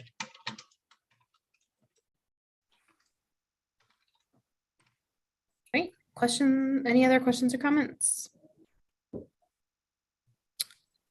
right. Do I have a motion to approve with the addition of requests for higher ed graduation data and class roster data. I motion to approve, Celeste. Have a second?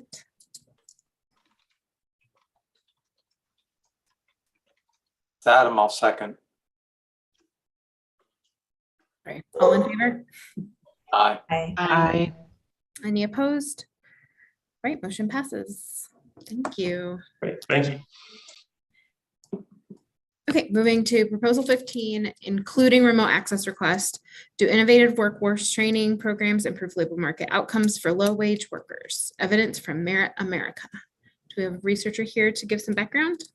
Yes, this is Ben Castleman. Thank you very much to the board for the opportunity to be with you all here today. We propose to evaluate the impact of an innovative workforce training program, Merit America, on the labor market outcomes for lower wage working adults in Texas. Merit is one of several recent innovative workforce training programs that have emerged to support workers with the goal of upskilling in the face of rapidly changing labor market conditions. Merit is unique among other providers in its lower cost through use of virtual resources for skills training, cohort and coach-based support, scalability, and its focus on improving mobility among lower wage workers. This is a sector for which there is some evidence and some rigorous evidence, but that evidence has been focused on much more cost-intensive and in-person based program models. And so evidence of a scalable, more virtually oriented model like Merit is of potential value to the field. We request ERC data, specifically data from the Texas Workforce Commission, the Texas Education Agency, and the National Student Clearinghouse to support a quasi-experimental comparative individual fixed effects evaluation of Merit. More specifically, we request of the ERC that Merit America submit identifying information for applicants to the program in 3 annual waves starting this summer, and that we obtain updated data annually for 5 years following each wave with the goal of investigating persistence in any potential improvements we observe in employment and earnings. Our hope is that this proposal has substantial potential benefit to Texas, since evidence of Merit's efficacy could inform both public and private investments in similar workforce training programs with the goal of improving outcomes for lower wage working Texans. Very happy to answer any questions and welcome any feedback you have. My colleague, Dr. Kelly Bird from the University of Virginia, is also with us on Zoom and may also jump in to answer questions. Thanks again. Questions or comments from the board? I have a question about NSC data, but not using Texas higher ed enrollment data. Is there a reason for one over the other? Sure, and welcome your feedback on that. The primary purpose is that both our primary outcome and the kind of primary data for our quasi-experimental methodology is the employment and wage data that would come from the Texas Workforce Commission. We are interested in observing students' post-secondary enrollments and degree attainment, both within Texas and potentially outside of Texas, for the sake of identifying our comparison group and to identify as a secondary outcome whether participation in Merit affects subsequent post-secondary enrollments, again, in or outside of Texas. But because it's a secondary outcome, we view the NS, and because of the NSC's coverage of out of Texas enrollments and degree attainment, we viewed that as a perhaps preferable and more efficient source of data to investigate prior, concurrent, and subsequent enrollment and attainment for our secondary outcome purposes.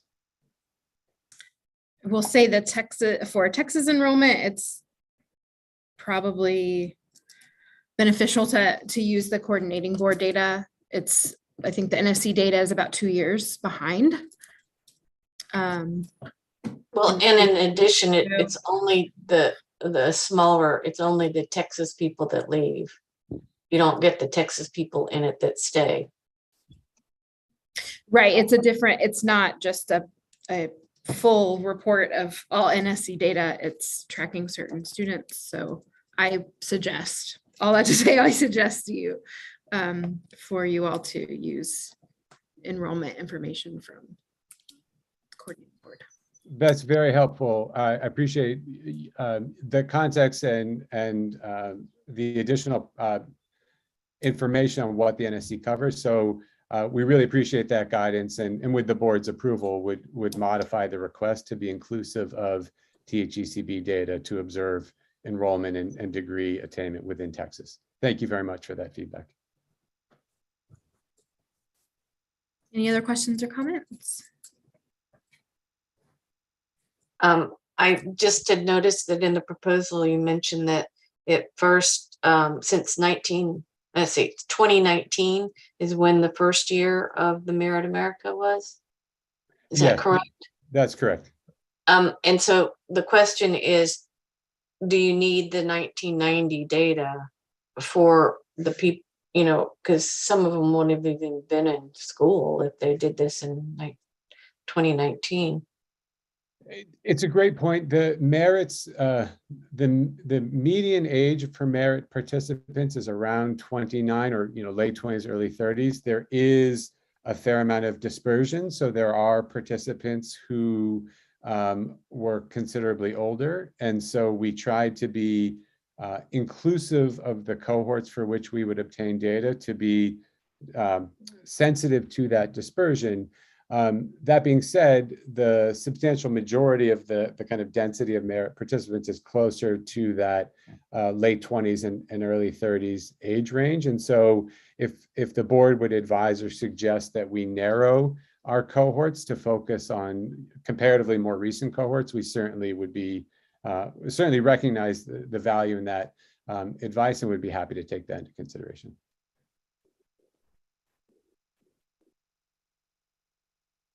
It would be more Linda's decision on that because it's TEA data.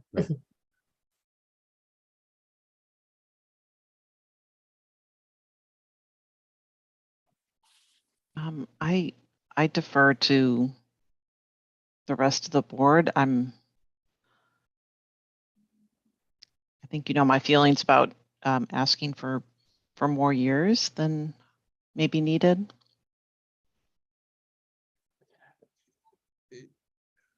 With the board's approval, perhaps what we could do is propose a narrower number of cohorts, and I think a substantially narrower number of cohorts that is still inclusive of the substantial majority of merit applicants, but that might exclude the handful of outliers who happen to be much older at the time of application.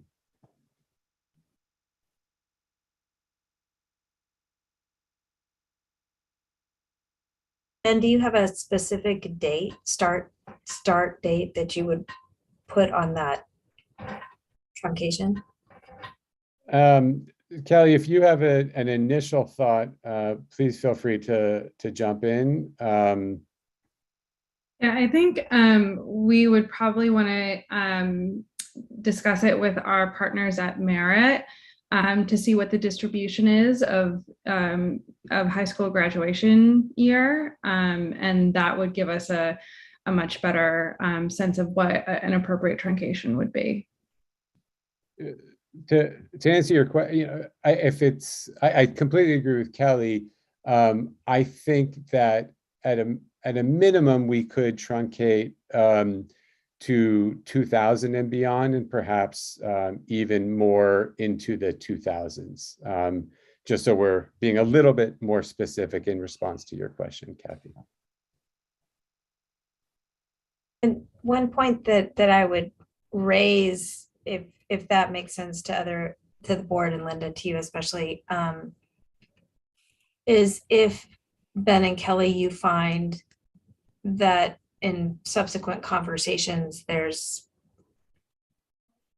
a consequential number of folks who would fall in that earlier time range that an additional data request might then be advised, so that you could start with a narrower range, and then as determined necessary, come back with a request to expand that. That makes a lot of sense. Thank you for that guidance, Kathy.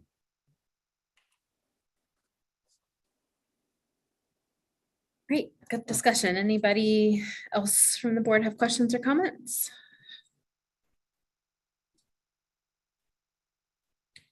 Okay, do I have, I'm taking note, I was trying to take good notes on this. Do I have a motion to approve with the addition of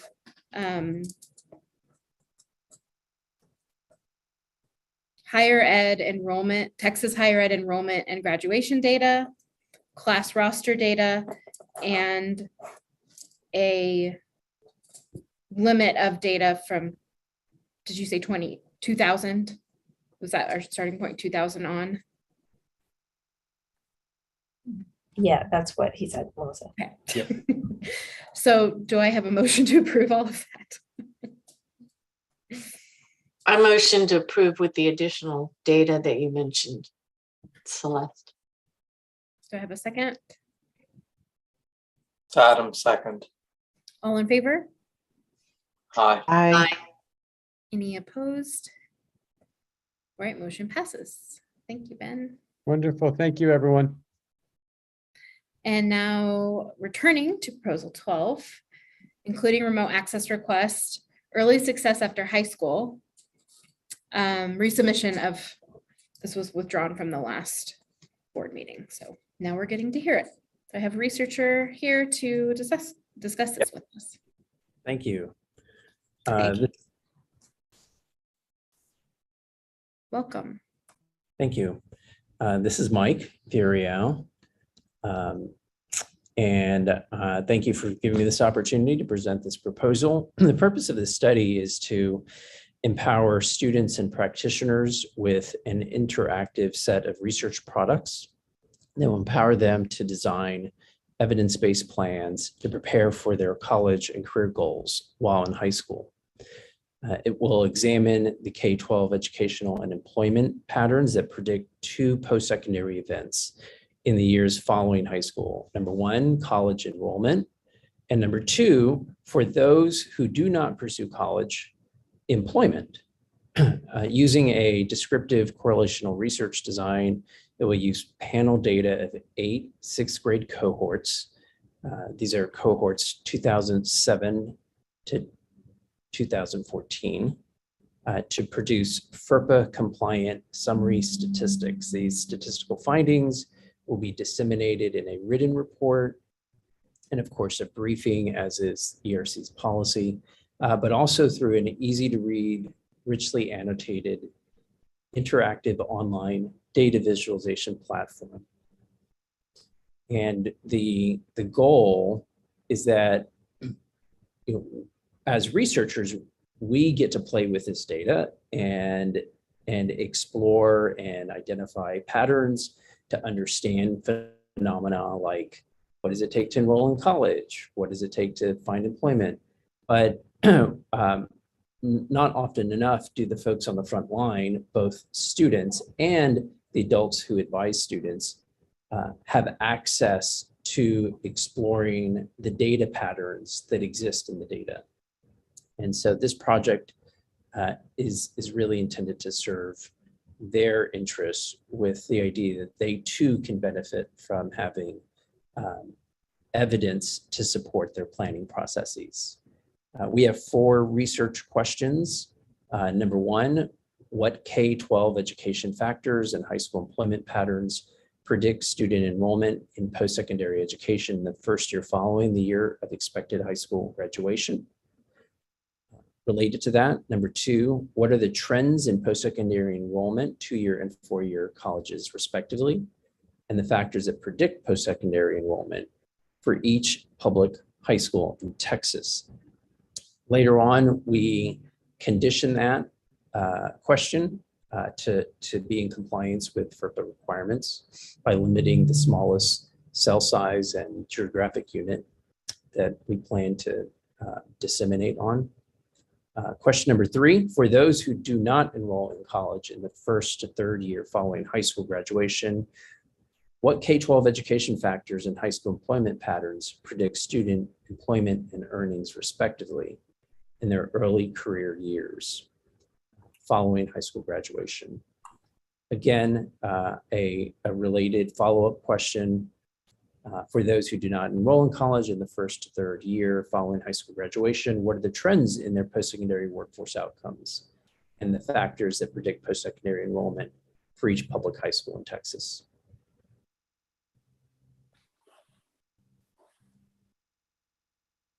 I am happy to take any questions you may have. So the data to drive the dashboard, is that essentially going to be like an OLAP cube where you've pre-calculated every permutation and combination of the data so that the user can, essentially use filters to select the right row? Or are you anticipating that you're going to be able to export de-identified student level data to drive your tool? Because I didn't think that was something we're currently doing. Excellent question. No on the latter, yes. So the idea is to just really do what we currently allow for within the ERC, which is produce summary statistics. But in this case, we're going to produce a lot of summary statistics so that students can kind of flip through in a very efficient way to explore the data patterns that have been pre-calculated. Okay.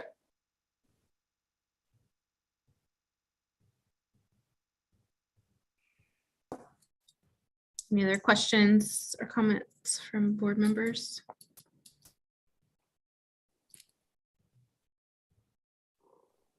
All right, do I have a motion to approve?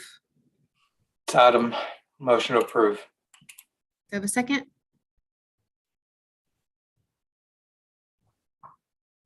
This is Rodney Andrews, I second. All in favor? Aye. Aye. Aye. Any opposed? All right, motion passes. Thank you, Mike. Thank you. Item 7, discussion and board operating procedures. I don't have anything to say unless any other members of the board would like to bring something up. We are still working on getting work groups moving for some of the topics we've mentioned before. Be in touch about those. I appreciate all of your patience as we get those worked out. Okay, can move on to item 8, adjournment. Do I have a motion to adjourn? A motion to adjourn, Celeste. Let's square. Yes. Let's square our second, Adam. Yeah, and by unanimous consent. Yeah, exactly. Yes. Okay, all in favor? Aye. All right. Oh, any opposed? I have to close the loop. The motion passes. Thank you all so much for your time today. Appreciate it. Thank you. Bye. All right. Bye. Bye.